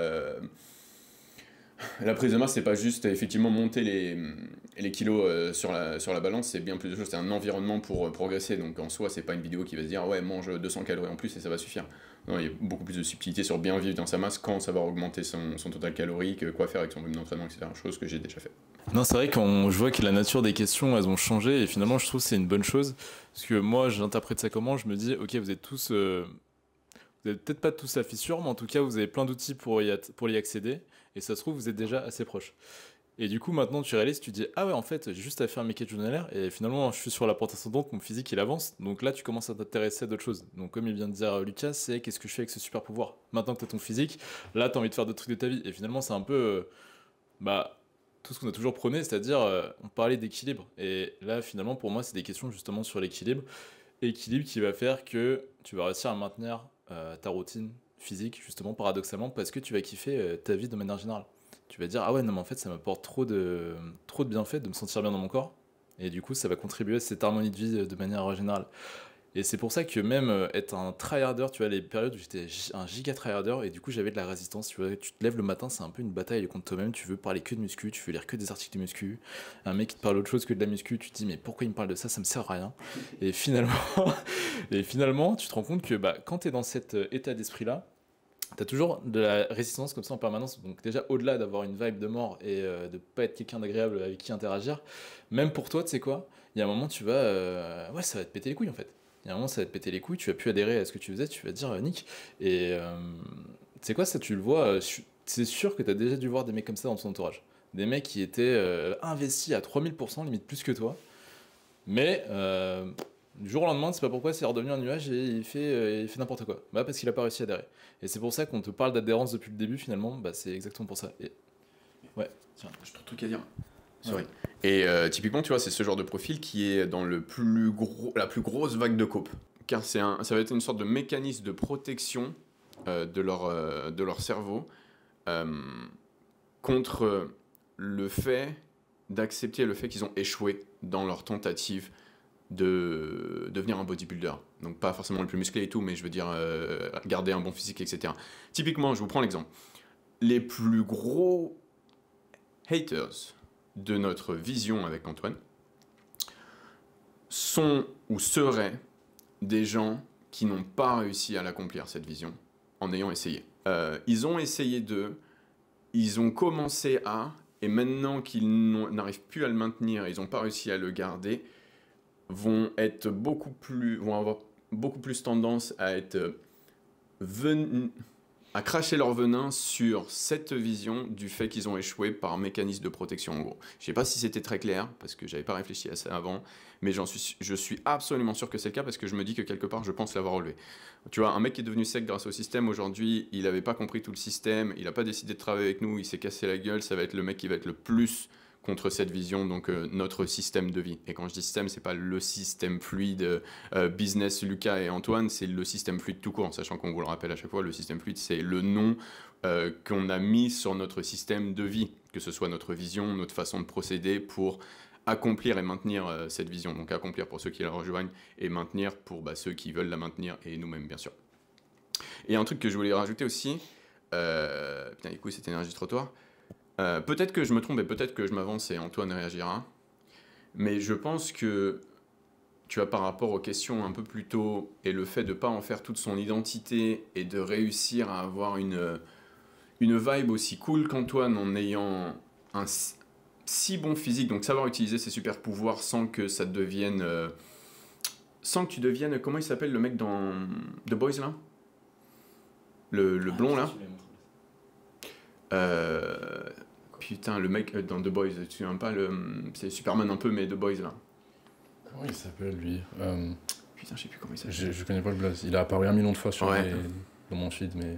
Bref, j'imagine que vous voyez. Homelander. Sans devenir Homelander. Comment il a fait pour ne pas devenir Homelander, Antoine? Parce que. Alors voilà, peut-être que je m'avance, mais parce qu'il m'a rencontré. Du coup, il a eu de la clarté. Il est rentré dans le système. Et il n'avait plus besoin de se poser des questions parce que le système s'était occupé d'y répondre. Donc maintenant, tout ce qu'il avait à faire, c'est se brancher au système et rester connecté au système. Donc, avant, il avait 1000 questions, Antoine. Moi, quand je l'ai rencontré, Antoine, c'était peut-être là où tu en es actuellement, c'est-à-dire l'identité de vouloir blaster la musculation, réfléchir à la musculation, c'est quoi la meilleure technique d'entraînement, c'est quoi le meilleur programme, je vais faire plus, tu vois, beaucoup de musculation. Et tu avais aujourd'hui, là, tu as Saïs qui l'a rencontré il y a 3 ans, et franchement, oui, c'est important, je trouve, dans un cercle qu'on est tous un accomplissement physique quelconque, je pense, parce que, tu vois, je pense qu'on regarde de façon empirique, comme dit Antoine, dans notre cercle, tous les gens, ils sont musclés de ouf, tu vois. Mais je pense qu'il aurait pu connecter aussi avec Antoine sans ça, parce que c'est pas le fait qu'Antoine soit musclé qui a plus dans la personnalité d'Antoine, c'est le fait qu'il soit justement aussi chill et aussi cool, tout en étant musclé quelque part. Et ça, il a réussi à le débloquer, ce stade de Super Saiyajin, là, parce que il avait un système, parce qu'il avait compris juste ce système de quête journalière qu'il avait besoin d'emplir et qu'il n'avait pas besoin d'y réfléchir plus que ça. Donc ça là, Antoine GBZ, comme je le dis à chaque podcast, déjà je parle même pas de son physique, je parle de sa personnalité et à quel point il est cool, c'est pas gratuit. Ça demande d'avoir un système mis en place. Pas forcément notre système, hein, mais un système mis en place. Et tant que t'as pas de système, tu vagueras forcément dans la réflexion permanente, t'essaieras plein de trucs, tu pourras te faire ton XP, c'est pour ça qu'on est tous comme ça au début, forcément, parce qu'on peut pas se calquer sur un système le premier jour de la musculation, c'est impossible. Donc c'est un passage obligatoire, c'est ce que je veux dire, mais tant que tu n'auras pas de système dans lequel tu peux juste caler ta confiance et te brancher à ce système, je pense que tu seras toujours en train de dégager, et surtout tu seras toujours un peu cancérisé par ces réflexions permanentes autour de sujets qui sont effectivement en société pas très passionnants pour les autres en tout cas, et ça c'est quelque chose qui pourra te brider dans ton développement personnel social, on va dire. Ouais. C'est ça que je voulais dire. Ouais, voilà. C'est giga intéressant, en vrai, c'est quoi, j'avais jamais vu cet angle-là, enfin si, d'une certaine manière. Mais c'est vrai que c'est facile d'être chill finalement quand tu sais exactement quoi faire pour atteindre ton objectif et que tu as mis un système ou une routine en place justement qui te permet de les atteindre sans résistance. C'est-à-dire que tous les jours tu sais finalement que tu es en train de win et que tu es en train d'actualiser la version de ton taux idéal finalement. C'est vrai qu'une fois que tu as coché tout ça, bah ouais, là t'es chill. Par contre, à l'inverse, quand tu te poses 36 000 questions, dont la question, putain, est-ce que ce que je fais là tout de suite c'est bien ou pas bien, ouais, c'est clair que là tout de suite tu vas avoir une vibe un peu constipée parce que tu vas pas te sentir aligné en fait. Tu vas te dire, mais merde, ça se trouve, je suis en train de perdre mon temps. Et tu sais quoi, c'est légitime de te poser ce genre de questions si t'as pas une clarté absolue sur est-ce que ce que t'es en train de faire ça fonctionne. Donc, ouais, totalement. Je pense au macro et je pense au début. Macro, MyFitnessPal, il fait feature macro. Regarde toutes les questions de mort que tu te poses par rapport à la nutrition avant d'avoir MyFitnessPal par exemple. Est-ce que je peux manger ça? Est-ce que c'est bien? L'indice glycémique, blablabla. Regarde comment ta vie est devenue simple et agréable depuis que tu as une application pour traquer ce que tu manges et que tu as regardé mes vidéos sur les pyramides d'Eric Helms. Regarde à quel point c'est devenu cool et facile et lame la nutrition en fait. Bah voilà, ça c'est à moyenne échelle parce que c'est que un pilier. Imagine tu as ça pour tous les autres piliers, ce qui est le cas hein, en l'occurrence pour Antoine. Voilà pourquoi, on le dit souvent, Antoine, en tout cas il apparaît aussi des tâches en ayant un physique aussi absurde. Bah, c'est parce que il y a des systèmes qui s'occupent de toute cette réflexion en fait quelque part. Donc ouais, je pense que par exemple MyFitnessPal, le tracking des calories, est un bon exemple de justement le fait d'avoir un système et la liberté que ça te propose. Et tu sais quoi? Il y a même un contre-exemple. Regarde toutes les personnes qui ne traquent pas. T'aimes le bordel que c'est dans leur tête par rapport à la nutrition. Check les troubles alimentaires qui se tapent là encore aujourd'hui alors qu'il y a des systèmes de tracking qui existent depuis 20 ans. Donc quelque part, ouais, à nouveau, c'était devant nous depuis le début, tu vois. Il y a des gens qui ont cru en la méthode, qui se sont branchés sur le système, qui vivent leur meilleure vie. Et d'autres qui ont peut-être des systèmes un peu plus complexes, ils ont peut-être un système, et d'autres qui n'ont pas de système du tout, et qui, eux, par exemple, par contre, ils se font cancériser, et quelque part, quand ils sortent dehors, bah, il est traumatisé, c'est ce que je disais un peu plus tôt, tu vois. Pour les relations sociales, c'est super intéressant. Si tu mets toute ton énergie, tout ton cerveau, toute ton réflexion dans ta salade de choux à midi ou pas, bah tu l'auras pas pour aller parler au serveur, à la serveuse ou des trucs comme ça. Hein. Ça, c'est sûr et ça, on a une batterie assez limitée, sociale encore plus que pour la réflexion de manière générale. Et si ça part dans des trucs genre ta salade, bah t'attends pas à ce que ça parte à une nouvelle relation, à créer un nouveau lien, quoi. Donc ouais, important d'avoir un système en place. L'ironie derrière tout ça, c'est que quand tu montres que tu mets tes aliments dans MyFitnessPal à un gars qui est pas du tout dans la diète ou dans la muscu ou quoi que ce soit, il va te dire, oh putain, mais tu calcules ce que tu manges et tout, tu rentres ce que tu manges, tu calcules. Genre limite, il est effrayé. Et généralement, une fois sur deux, il va te dire, ouais mec, t'as des TCA. Alors que, bah, enfin, non, je veux juste faire attention de ce qui rentre dans mon corps et combien ça représente. Parce que, enfin, comme tu dis, quand t'es dans l'ignorance totale, c'est là où tu te mets une pression de fou sur, ah, mais ça va être trop gras. Tu vois l'expression, ou ça, c'est du sucre. Là, tout est du sucre maintenant, c'est des glucides, c'est du sucre. Ouais, en plus, en ce moment, tout le monde est obsédé par ça. Du coup, ouais, non, MyFitnessPal, bon, moi, je pense être le plus flexible et le plus touriste entre nous trois en termes de step, en termes de diète et tout. Mais pour moi, enfin, MyFitnessPal, ça reste un truc indispensable, quoi. Genre, je veux savoir ce que je mange et combien ça représente. Et c'est pas une question de vas-y, je me prive, non, je veux juste savoir ce que ça représente. Peu importe ce que c'est, même si c'est un pot de Ben Jerry's de 400 grammes. Le vrai trouble, c'est de pas pouvoir sortir de chez soi pour manger en fait. Hein. C'est pas de peser la glace que tu mets le soir avant de te coucher. Le vrai trouble, c'est d'être socialement complètement bloqué, psychologiquement totalement bloqué, tant que c'est pas toi qui cuisine en fait, clairement. Ce serait ça. Enfin, c'est pas moi, c'est pas moi qui suis en charge de tout ça qui peut déterminer tout ça. Mais je suis sûr que n'importe quel nutritionniste, diététicien ou personne apte à en tout cas juger qu'il s'agit d'un trouble, vous dirait 100% la même chose. Hein.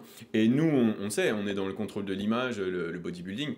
Je le disais dans une vidéo qui n'est pas sortie encore, mais enfin, si peut-être quand vous voyez celle-là, mais la raison pour laquelle. Enfin, les bodybuilders sont des contrôle freaks en fait, au gramme près, tu vois. Naturel, pas naturel, hein, c'est clairement pareil. Donc, nous, quelque part, on a besoin d'avoir une visibilité absolue sur tout ce qui rentre et qui sort. Qu'il y ait un système de peser en macronutriments ou peser son riz si t'aimes pas le macronutriment. Pourquoi pas, mais quelque part, c'est sûr et certain qu'on devra toujours le faire. Donc, quelqu'un qui ne le fait pas, c'est sûr et certain que. Bah, je sais pas pourquoi tu choisis un hard mode qui t'apporte un moins bon résultat qu'un easy mode qui t'apporte un meilleur résultat en fait quelque part. Je sais pas pourquoi. Mais si, je sais. Lego. 100%. Vous voulez pas... En fait, je sais. C'est que les gens, ils détestent... C'est un truc que j'ai remarqué. Les gens, ils détestent... Les gens qui ont de l'ego, ils détestent appliquer quelque chose que j'ai partagé. Parce qu'ils préfèrent avoir des moins bons résultats que donner raison à Lucas. Ça, typiquement, là, ça, c'est mérité, ça, tu vois. Ça, c'est totalement mérité. Putain, je sais même plus c'était quoi la question initiale, mais ça me fait penser à trop de trucs. On disait, ouais, j'étais assez détaché ou quoi que ce soit. Par contre, les gars, vous méprenez pas. En vrai, je suis absolument attaché à l'idée d'avoir un physique de ouf. Hein. C'est juste que je suis impitoyable sur mes quêtes journalières. Mais c'est marrant parce qu'on parlait le fait d'être sec, etc. Et finalement, ouais, c'est comme j'avais dit, c'est l'impression d'avoir aussi fait une sèche des informations dont j'avais besoin finalement pour progresser. Et c'est à partir de ce moment-là, en vrai, que j'étais vraiment totalement détaché parce que là, avec le système, on sait exactement quoi faire. C'est simple à comprendre Et ouais, c'est ça qui donne le plus de résultats. Donc, tu vois, rien que l'idée d'essayer de mettre de l'énergie mentale sur de la suroptimisation, pour moi, ça n'a aucun sens. Donc voilà. Ouais, je sais plus ce qu'on disait. Non, c'est bien. Est-ce que tu as trouvé un bail en... Ouais, j'ai trouvé une question là qui pourrait être pertinente. C'est pour moi la question la plus pertinente que j'ai vue là dans le lot. Salut de Isma. Salut Isma. Est-ce que le fait d'être devenu des créateurs de contenu a amélioré votre adhérence? Adhérence à la musculation, je suppose. Ouais. Du coup, je la pose à Aizen. Tiens, je peux tiens. Oh putain, bonne question ça. Pourquoi je vous ai mis un blanc que j'ai probablement laissé dans le podcast? Parce que il y a réellement qu'une année, 6 mois où j'ai fait de la musculation sans faire du contenu. C'est un truc de ouf, n'empêche. C'est que après mes 6 mois de musculation, je partageais déjà sur les forums. Donc c'était de la création de contenu à l'époque, les forums. Hein. C'est jeune, ouais, mais effectivement. Après probablement 1 an, ça y est, je lançais sur YouTube. Sachant que YouTube, pour moi, c'était avril 2012 et je crois que j'ai commencé la musculation.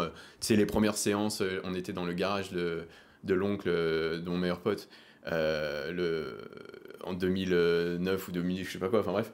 Donc je sais pas si ça compte vraiment, mais on faisait des tractions et du développé couché, quoi. Là, je faisais pas de contenu. Donc, je saurais pas trop te dire parce que j'ai toujours fait de la musculation en partageant le fait que je faisais de la musculation, tu vois. Néanmoins, si j'y réfléchis un petit peu, quelque part, allez, viens, je creuse comme j'aime bien le faire. Oui, parce que quand tu as une caméra pointée sur toi, et quand Antoine il pourra la tester, tu fais pas de la merde. Généralement, ce sont les sets. Donc ça peut être oui comme non, tiens c'est super intéressant cette question.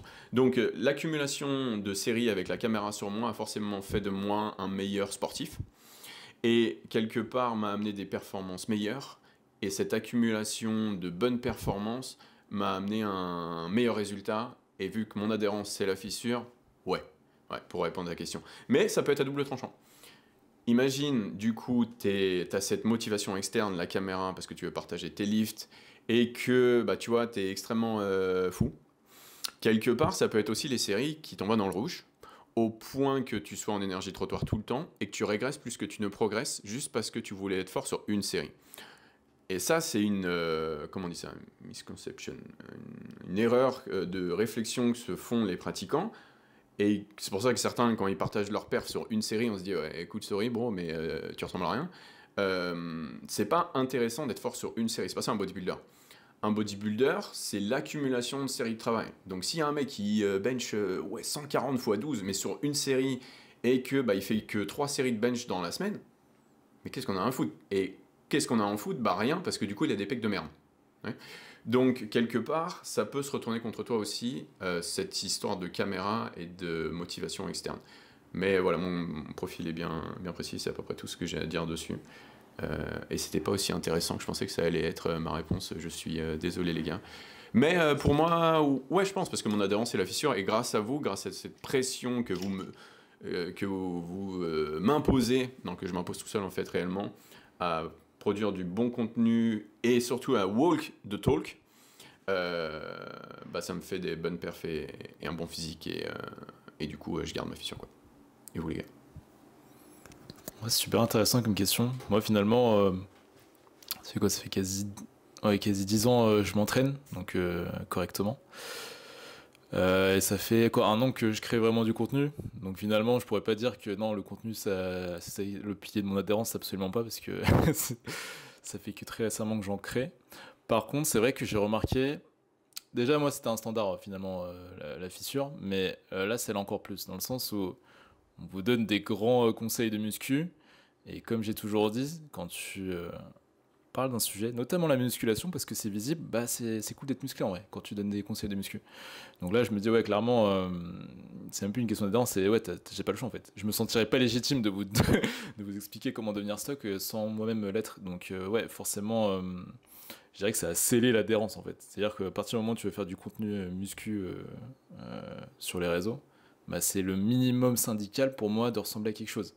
C'est-à-dire que, ouais, enfin, je dis ça, là, peut-être que ça te semble logique, mais des fois, je vois certaines choses, je me dis, ouais, c'est peut-être qu'on n'a pas tous la même vision, et peut-être que je me trompe, j'en sais rien.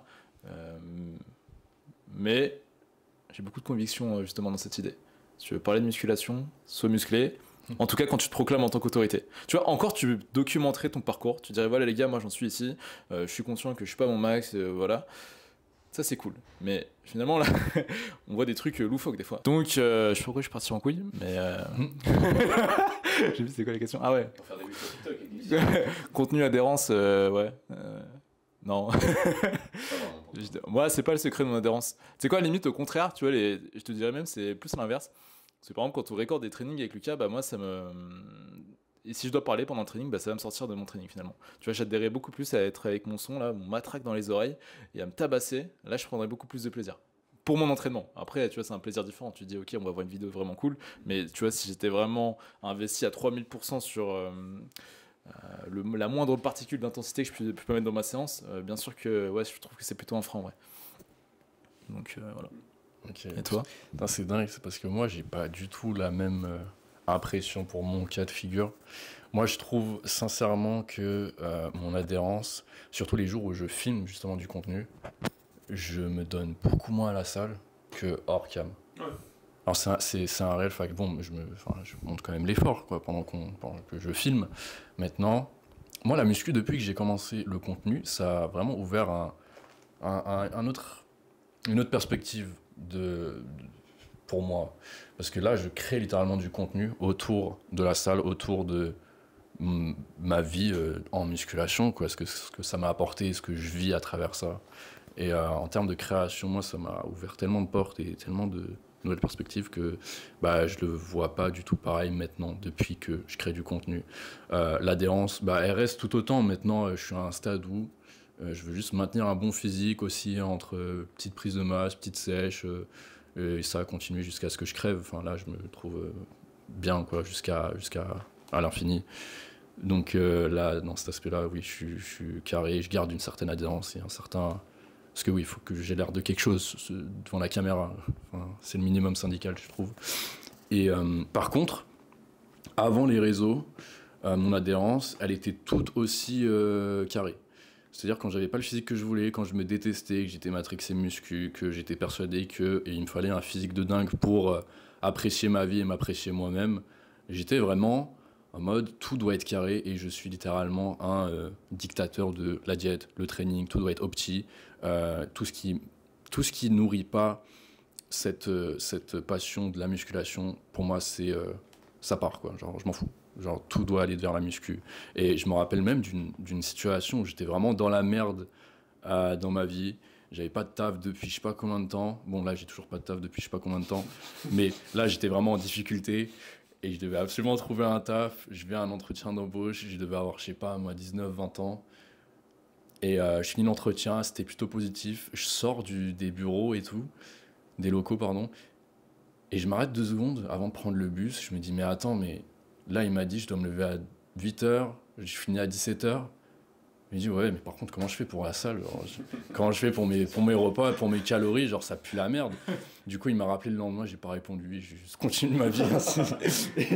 Bon, je m'en suis bien tiré au final, mais pour vous dire, l'adhérence, vraiment, j'étais à fond muscu. Genre, il y avait rien d'autre pour moi qui avait du sens. Alors, même si ça voulait dire habiter chez ma mère et me faire entretenir enfin bref. Ouais, ma vie c'était littéralement la muscu. Donc je sais de quoi je parle quand je dis ouais, arrêtez d'être matrixé, genre ça donne mauvais genre. Donc ouais. Ouais, c'est vrai, on est tous comme ça au début, hein, c'est ouf. Hein. Ah ouais. Ah ouais, c'était vraiment, pas du tout carré. Pas du tout. Oh les priorités de zinzin. Ah, mais avec la bouffe en fait aussi. C'est quoi, j'en ai une comme ça, je me suis fait détester. J'avais que un approximativement pote japonais quand j'habitais au Japon. Et j'étais encore. Donc c'était ma première année musculation, 1 an et demi Japon. Et j'étais encore sur le manger toutes les 3 heures. Donc, voilà, les Japonais qui prennent des vacances, les gars, ça n'arrive jamais. Donc là, ils prennent des vacances. Donc c'était jeune comme c'était des étudiants, c'était à Waseda, je crois. Et on part en voiture. On va à, je crois que c'était vers Hokkaido, un peu plus haut, forêt, tu vois. Pas Hokkaido, je sais plus comment ça s'appelait, enfin bref. Forêt. Et dans la voiture, je pète mon meilleur Tupperware avec des brocolis que j'avais pré-cuits froids. J'ouvre mon truc, et tu sais quoi? Ils étaient tous vénères. Et franchement, pour énerver des Japs, dans le contexte où je suis le seul étranger, et tu sais, t'es un peu vu comme un token là-bas quand t'es un étranger, surtout dans un groupe de potes jap, bah il faut quand même y aller, tu vois. Et j'étais tellement sur mes convictions et dans ma musculation que moi aussi je me suis énervé.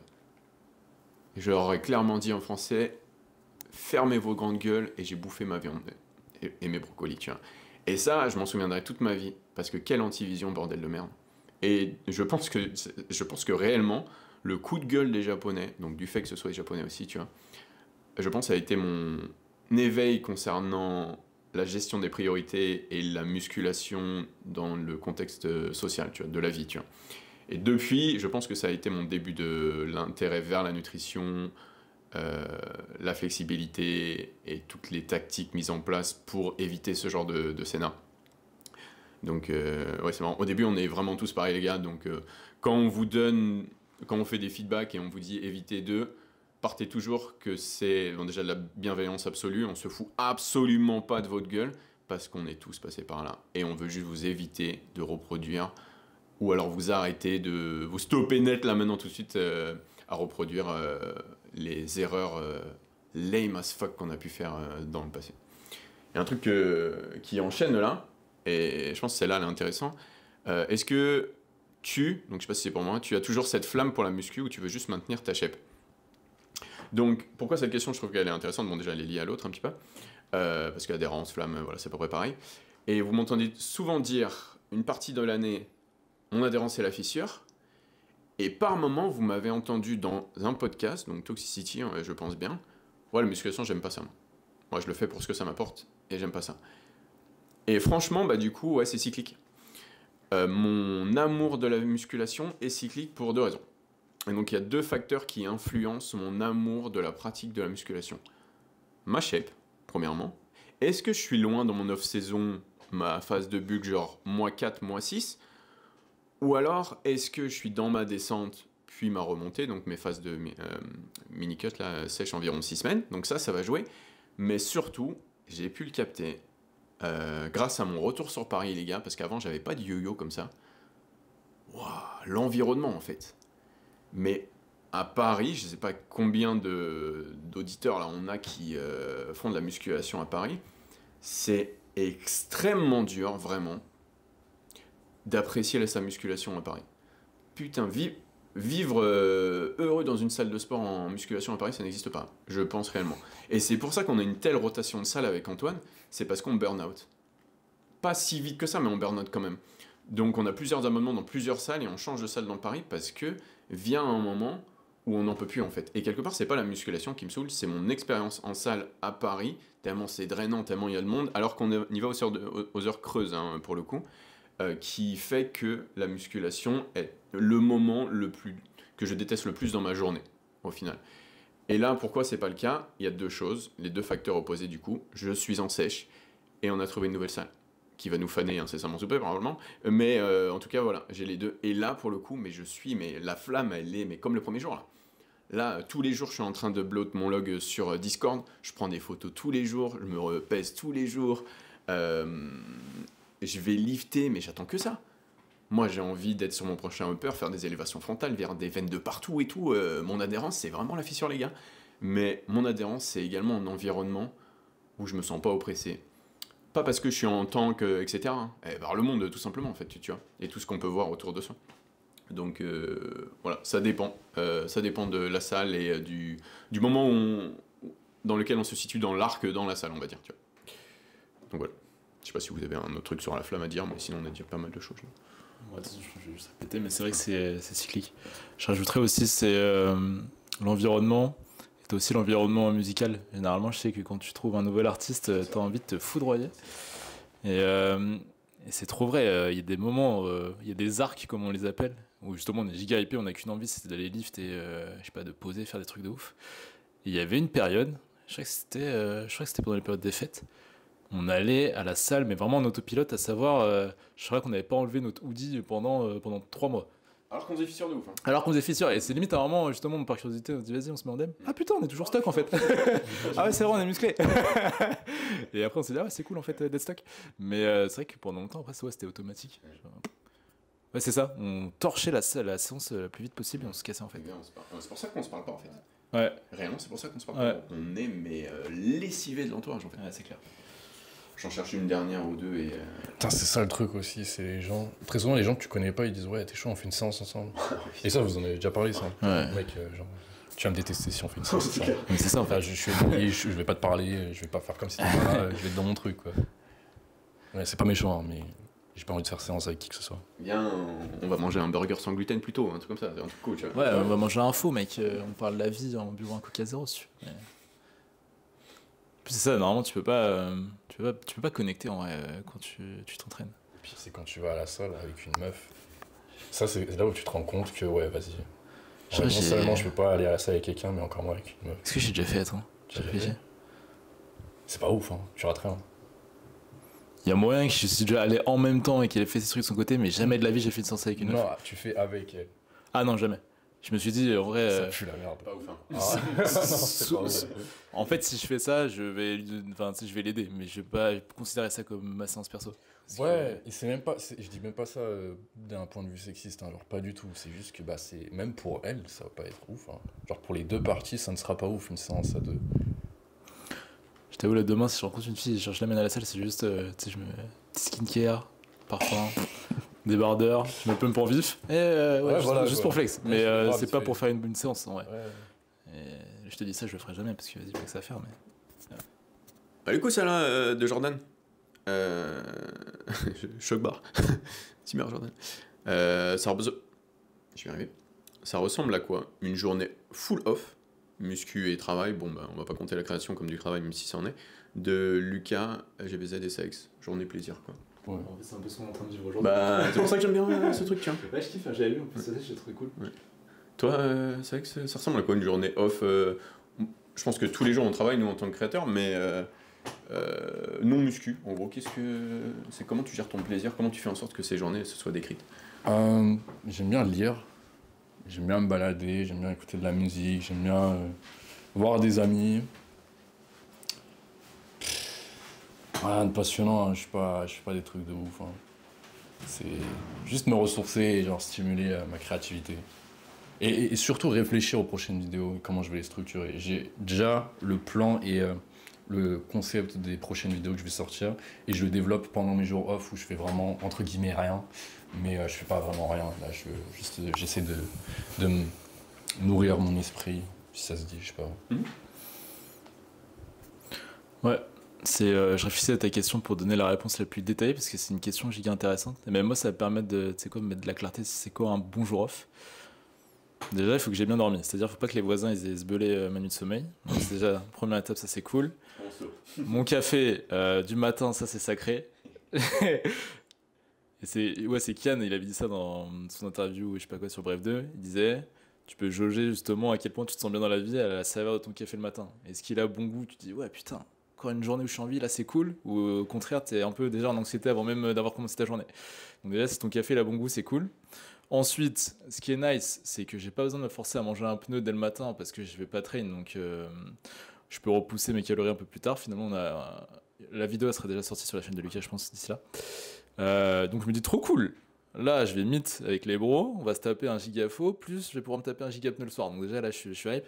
Ensuite, Steps dans Paris, s'il fait beau. En fait, c'est ça. Un bon jour off, faut qu'il fasse beau déjà. Ça va être vachement dépendant de la météo parce que ce soit off, pas off. S'il pleut, ça va me faner. Et tu sais quoi? Là, en te parlant, je suis en train de me rendre compte, si j'ai autant de passion là quand je te raconte ça, c'est parce que les jours off, c'est mes jours préférés en fait. Déjà, t'as pas la tête ravagée par le training, t'es pas en énergie trottoir, et tu peux kiffer en fait. C'est pour ça, moi j'ai fait le choix de m'entraîner que 4 fois dans la semaine. Mais ouais, donc en gros, finalement une journée classique sans le training, ouais. Si j'ai le café, info, on se tape des barres, ouais, déjà c'est une journée réussie. Hein. Et qu'il pleut pas, top. Tac. Non, à peu pareil, mais déjà, du fait de notre contexte professionnel, effectivement, il n'y a pas vraiment de off-work. Les jours off-entraînement sont définitivement les meilleurs jours pour travailler pour nous. Ouais. Donc c'est là où on est le plus productif et du coup on rentabilise cette possibilité d'être productif à fond. Donc on fait typiquement comme aujourd'hui, sachant qu'aujourd'hui est un jour off pour nous. Et effectivement, ce sont les meilleures journées. Et à quoi ça ressemble, effectivement, une matinée où moi je sais que je travaille le matin dès que je me lève et j'adore ça, parce que j'adore ce que je fais. J'adore tout ce qu'on me propose. Ça commence par ça avec un bon café, etc. Effectivement. Encore mieux la météo, c'est sûr, mais bon, c'est capricieux.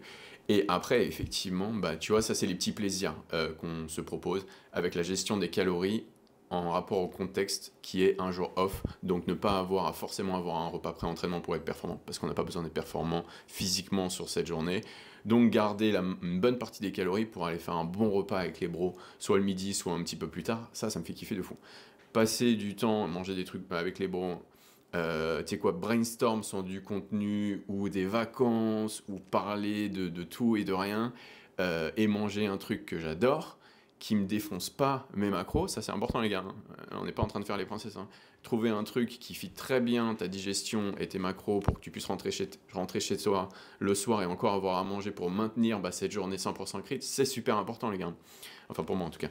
Donc voilà à quoi ça ressemble. Là c'est typiquement pour moi la journée parfaite. C'est la journée d'aujourd'hui, plus quelques trucs un peu trop perso pour vous le partager, mais en gros c'est ça, il fait beau, je mange des trucs mais incroyables, vous le verrez dans la vidéo qui sortira, je m'organise pour faire en sorte d'avoir tous les trucs que j'aime. Ouais, je me suis créé en fait l'environnement parfait pour être heureux, et je fais en sorte qu'à chaque fois qu'il y a un jour off, je respecte les règles qui sont fun, productivité et 100% crête, quoi. C'est vrai, t'as bien fait de le mentionner parce que jour off, je parlais de jour off training, mais c'est vrai que nos jours off training, c'est nos jours on taf, en tout cas, si on est le plus efficace parce que post lower, c'est pas là où t'es le plus productif, je vais pas te mentir. Donc, ouais, c'est pour ça les jours off, je kiffe. Il y a un Pierrot qui voit ton Instagram. Pierrot J'ai câblé. Allez, GBZ, pas trop. Hein. Tout le monde a l'air de bien aimer GBZ. Hein. Pour ma défense, j'ai aussi des petites meufs des fois de temps en temps, voilà. Est-ce que le système fluide pourrait encore évoluer avec des nouvelles études d'information? Absolument. 100%. Et c'est d'ailleurs l'intérêt aussi d'être sur Discord avec une interface, on va dire, évolutive, c'est que justement, dès qu'on a une nouvelle idée, en fait, on la partage et c'est ça le but, c'est pas que ce soit figé, en fait. 100%, et pour répondre à sa réelle question, parce que là, je pense pas qu'il parle de notre business, notre méthode de vie pour être heureux et à notre image beau, elle évoluera avec éventuellement des données qui émergent parce qu'on jugera que cet outil, il est encore mieux pour nous rendre soit beau, soit nous faire kiffer encore plus. Donc oui, pour sûr, et je reste aux aguets, c'est pour ça que je regarde tout le temps, pour faire en sorte qu'on ait la meilleure vie possible et imaginable. Donc oui. On est en source chaude. Mais Paul, on lui prend un colbrou là, histoire qu'il s'est... C'était dinguerie là. De coquille là. Je demande pas d'eau là. C'est Paul, il s'embarrasse, il a pas de chaîne YouTube, il peut pas se faire strike. Ça me tuerait, putain de merde. Être heureuse dans une relation sérieuse, ça rend gras. Être heureux dans une relation sérieuse, ça rend gras. Et tu sais quoi, Samy Douceur, je t'ai vu ta question au tout début. J'ai pas commencé à répondre parce qu'en vrai, c'est une question hyper profonde. Parce que. Non, c'est vrai. Hein. C'est ouf, c'est encore pas GBZ, ça aussi. C'est facile. C'est Gustavo. Ah ouais. Vas-y. On répond ces questions du coup. Revenons sur la question initiale qui était est-ce que être dans une relation que tu juges sérieuse, ça rend forcément tout le monde plus gras? Ta question elle est hyper légitime mec parce que empiriquement, statistiquement même je te dirais que 90% des gens que je connais qui sont en couple depuis longtemps, longue relation, tu vois c'est l'inverse de ce qu'on prône finalement. C'est au lieu d'avoir un prime infini et toujours être sur la pente ascendante, ils prennent un peu la tendance inverse de ce que j'ai remarqué. Et c'est une constatation que je m'étais fait. Et là, je vais te parler avec le cœur. En gros, pendant longtemps, c'était mon antivision. C'est-à-dire que pendant un moment, je me disais, ah ouais, être en couple sérieux, ça pue sa race en fait. Parce que tous les gens que je voyais autour de moi, ouais, en ce moment, j'ai ma meuf, machin, comme si c'était une excuse pour niquer tous ces standards en fait. Je me disais, ah ouais, c'est quoi cette. Je veux pas ça en fait. Non, absolument pas. J'aime bien avoir des connexions romantiques, y a pas de souci. Par contre, c'est comme dit toujours, ta relation. Quand tu y es rentré, tu avais certaines caractéristiques qui ont fait que ça a bien marché. Et finalement, tu vois, il faut pas que tu les abandonnes parce que tu es en relation. Et si tu me dis là, je suis en relation et je deviens gras, c'est qu'en fait, tu es trop confortable. Dans le sens où tu te dis, ouais, c'est bon, là, ça fait 3 ans qu'on est ensemble, elle me quittera jamais, c'est acquis, vas-y, je peux être un gigaport, tout ce que je faisais à la base qui l'ont rendue amoureuse, bah, j'arrête de le faire. Donc, non, absolument pas. Je te dirais, si tu le fais un peu de manière à la zeub, comme ça, tu prends ta relation à la zeub, un peu comme la plupart des gens finalement, hein. Ouais, bien sûr, tu vas sûrement te détériorer parce que tu vas laisser tes convictions de côté. Par contre, si tu considères ta relation comme ton système finalement, c'est-à-dire que proactivement, tu mets de l'énergie dedans pour que ça se passe bien et que ça se passe bien, ça passe aussi par toi te sentir bien. C'est-à-dire que me dis pas que tu es plus heureux même si tu es en relation en étant giga gras alors qu'avant tu te trouvais beau quand tu te regardes dans le miroir. C'est ça, j'y crois pas, cette histoire. Donc, non, absolument pas. Ça vaut pour tout le monde. Et ça vaut pour tout le monde. Je parlais de la meuf et du gars, quoi, parce qu'on parle souvent gars, mais en fait. Ouais. Et on parle de. Ouais, parce que là, on dirait que je suis un procès au gars, mais les meufs, c'est pareil, hein. C'est-à-dire, si votre mec il fait fissure, etc., commencez pas à avoir des habitudes de mort, quoi, parce que. Surtout, dites-vous que s'il est tombé amoureux, il y a plein de choses, hein, mais il y a notamment, effectivement, le physique. Donc, si tu. Et vous savez à quel point on est attaché au physique. Si tu perds ça, déjà ça commence à être je pense, un peu bancal de son côté aussi. Nous, enfin j'ai l'impression, je suis un homme donc je vais dire ça, j'ai l'impression qu'on est beaucoup plus tolérants. Néanmoins, je pense qu'on a également nos limites. Donc ouais, traquez tous vos macros, je pense que c'est bien pour tout le monde. C'est ça. C'est-à-dire, si t'avais habitué ton mec à certains standards, commence pas à pop avec un bête de dos fesses comme ça qui sort de nulle part, parce que ouais, c'est pas cool. J'en ai une toute dernière qui est super intéressante, si je peux me permettre. La question c'est pourquoi Lucas ne donne jamais son avis sur le game. On a fait en tout 21 podcasts en comptant les Toxicity et les premiers Toxicity qui sont réellement en fait des énergies trottoirs version moins 1, tu vois. Et vous pouvez voir qu'à chaque fois que ça parle de relations sociales, que ce soit de la séduction ou autre, hein, je demande toujours à Antoine. Et Antoine, bah, il me demande mon avis, mais il ne me met jamais vraiment en avant pour donner des conseils. Je ne me mets jamais en avant pour vous conseiller, parce que je suis la dernière personne pour ça, les gars. En fait, tu regardes ma jeunesse, c'est définitivement pas la jeunesse la plus sociale au monde. Et j'ai souvent été, voire très souvent été, seul, à la fois physiquement et on va dire dans ma tête. Donc au niveau des connexions sociales, j'en avais vraiment pas beaucoup. J'ai eu plein de potes, je suis super épanoui et tout, etc. J'ai eu vraiment des très bons potes, mais j'en ai pas eu beaucoup. Et je me souviens quand j'étais petit, je sais pas pourquoi je raconte ma vie, mais on confondait souvent le fait que j'étais timide avec le fait que j'étais totalement désintéressé de plein de sujets en fait. Donc réellement, on me disait, ouais, Lucas, il est timide. Mais non, juste, tu m'intéresses pas. Et ce dont tu es en train de me parler, mais ça ne m'intéresse, mais vraiment pas du tout. Ce qui a fait que, oui, socialement, du coup, j'ai pas énormément connecté dans ma vie. Et du coup, j'ai pas des skills sociaux qui sont incroyables. Et ça me va. Parce qu'il y a plein de choses qui ne m'intéressent pas. Alors, je dis pas que le relationnel, notamment avec les fans, ne m'intéresse pas. Mais quelque part, j'ai pas creusé comme peut-être Antoine a pu creuser dans les connexions sociales. Donc, je suis la dernière personne, enfin peut-être pas la dernière, mais pas la meilleure personne pour vous donner des conseils de vie, définitivement pas pour vous donner des conseils de vie en tout cas, et encore moins dans le social. Voilà pourquoi je ramène pas ma pomme à chaque fois, parce que j'ai rien à vous apprendre, je pense, les gars. Ah, putain, là, il faut pas me lancer ces trucs comme ça, là, ça me donne envie de continuer. Vas-y, hein. En vrai, Lucas, il est humble, ce qu'il vient de dire. Pas parce qu'il s'est pas intéressé au game qu'il a rien à apprendre, au contraire, tu vois. Des fois, c'est comme en musculation. Des fois, c'est chez les bros que t'as des choses à apprendre aussi. Parce que tu regardes, tu dis, ok, il s'est jamais intéressé au game, mais visiblement, il a quand même un peu de game. Comment ça se fait? C'est parce qu'il respecte certains principes. Donc, finalement, c'est vrai que nous, avec Paul, on avait eu une phase où on voyait en fait le game un peu comme on voit la musculation, c'est-à-dire qu'on voyait ça comme un sport. Mais c'est pour ça qu'on a poncé le truc. Mais non, sinon, t'es totalement legit, bro. Enfin, les anecdotes que tu m'as racontées, en tout cas, moi, ça me faisait taper des barres. Donc. Ouais, mais vu qu'il n'y avait pas de réflexion derrière et préméditation derrière, bah, j'ai rien vraiment à partager si ce n'est le résultat. Ce qui est cool, un peu comme la musculation, tu vois. Mais c'est pas moi qui vais t'apprendre à faire de la musculation. Par contre, j'ai un bon physique. Mais je vais pas te dire comment je l'ai eu parce que je sais pas trop. J'ai juste fait, en gros, tu vois. Et en faisant, bah, j'ai apparemment respecté des principes qui ont fait que, effectivement, bah, je peux pas dire parce que c'est pas humble de dire ça, mais je n'ai pas de problème non plus à connecter. Sans m'intéresser au social, j'ai pas forcément de problème à connecter du fait des principes que je ne connais pas, que je respecte. Ouais, mais ça, finalement, ça revient tu sais, un peu faire un crossover avec ce qu'on disait au début. La question, c'est est-ce que tu es satisfait de ton fils? Bah là, tu es satisfait de ton game. Finalement, par rapport à ce que tu voulais, bah, ton game que tu avais actuellement, c'était amplement suffisant. Tu voyais pas l'intérêt de théorie crafter le truc encore plus. Donc, ouais, legit. Moi, finalement, j'aime bien faire des analogies avec tout et poncer les domaines, mais ouais, c'est pas du tout nécessaire. Finalement, là, pareil pour le game. Est-ce que tu es satisfait de tes relations? Est-ce que tu arrives à créer des connexions? C'est ça la question que tu dois te poser. C'est pas est-ce que t'as poule 500 meufs dans ta vie ou quoi que ce soit. Donc, Nous pouvons terminer sur ça.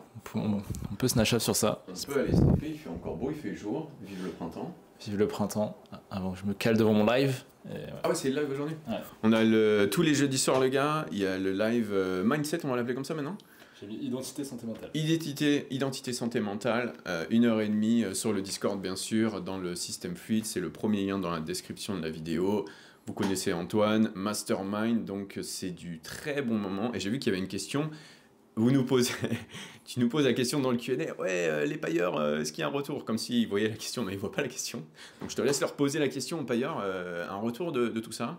Et peut-être tu auras un feedback. Donc, si jamais vous avez envie, les payeurs, de faire un retour, par exemple, du génial taf que fait, de l'incroyable taf que fait Antoine sur le Discord, bah allez-y. La section développement personnel d'Antoine sur le Discord, je pense qu'on sera d'accord, elle est plus riche que la section musculation en termes de value.